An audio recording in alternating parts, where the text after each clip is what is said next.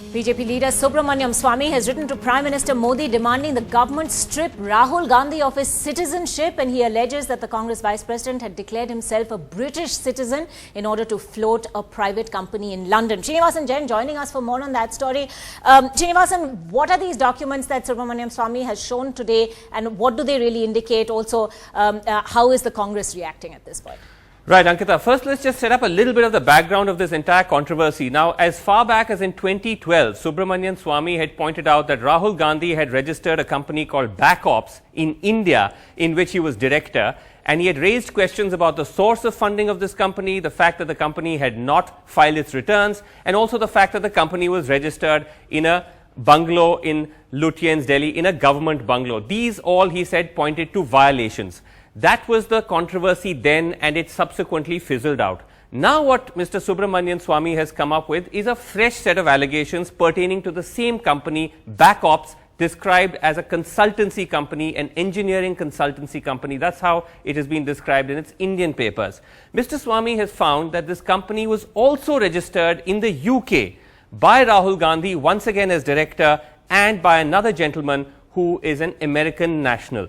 Now, according to Mr. Swamy, according to the documents Mr. Swamy has released, and this is the document up on the screen, it says the document of the annual return of this company, which was filed in 2006, Rahul Gandhi in that document has shown himself as a British national. Now, according to Mr. Swamy, if you do that, you are invoking penalties under the Indian law on two fronts. On one front, he says that as per the article of the Indian Constitution, every citizen of India is barred from voluntarily acquiring citizenship of a foreign state, and also no MP can incorporate a company without prior permission under the existing laws. The Congress, on the other hand, has released a document which is the document of the company's incorporation. Now, according to that, and this is dated 2003, it says that Rahul Gandhi has shown his nationality as Indian, and therefore there is no problem. But the fact is that this does not explain why Mr. Gandhi, in the subsequent documents filed, the annual returns that have been filed, shows himself as a British national. Just to make this clear, NDTV independently went to the website of Companies House, which is the British equivalent of the registrar of companies that we have in India, and has purchased the original documents to confirm which of the sides are telling the truth, and it appears that that discrepancy that has been put out by both sides is true. This is a screenshot just to show you that we have the original documents, which shows this is from the Companies House website, which does show that in the annual returns filed in both 2005 and in 2006, Rahul Gandhi has indeed declared his nationality as British. So it's in 2 successive years that Rahul Gandhi has declared his nationality as British. Even so, the Congress says that does not mean he is a British national. His nationality is very much Indian. Let me go across now to Randeep Singh Surjewala, Congress spokesperson, who joins me on the phone line. Sunil Prabhu, also my colleague, is with us. Let me go across to you first, Mr. Surjewala. Now, in your explanation, you have said that the incorporation documents show Rahul Gandhi as an Indian national. But then how do you explain the fact that in the annual returns, he's described himself as British 2 successive years in a row? Srinivasan, while you try to explain in your entire story all the set of allegations, may I just very briefly say that frustrated by the defeat in Bihar and a revolt within their own party, BJP is using their dirty tricks department and their head Subramanian Swamy to level completely reckless allegations to divert attention. Let me come back to the point. To the main point. The main point. Of incorporation. Yeah, no, this is an important, because this is the whole basis of Mr. Swamy's repeated press conferences since 2009 to now. And coming back to the set of allegations, he says 3 things. First, he says Mr. Gandhi has a dual citizenship, which is totally false and incorrect.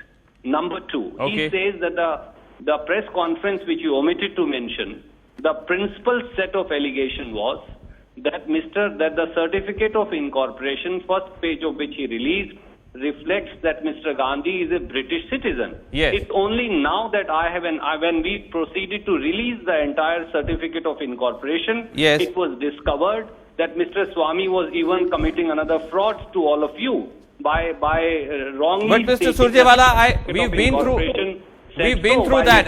I just want to ask you about the annual returns. Why in the annual returns then has Mr. Rahul Gandhi been shown as a British national in 2 successive years? You've not answered that question. It's a fair point, and let me come to that. If an annual return which is recorded on the record of registrar of companies either in India or UK wrongly records an entry which is in contravention of their own certificate of incorporation, yes, responsibility definitely is not that of Mr. Gandhi. You're saying the mistake is by the British government? You're saying the mistake has been made by the British government?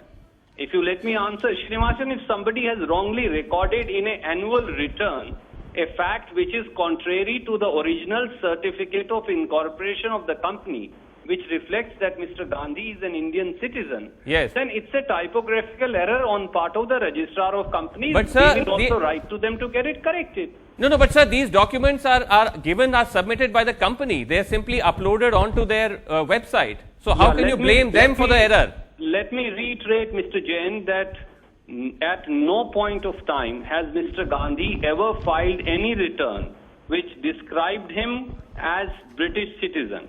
Mr. Gandhi has always filed all the returns describing him as an Indian citizen.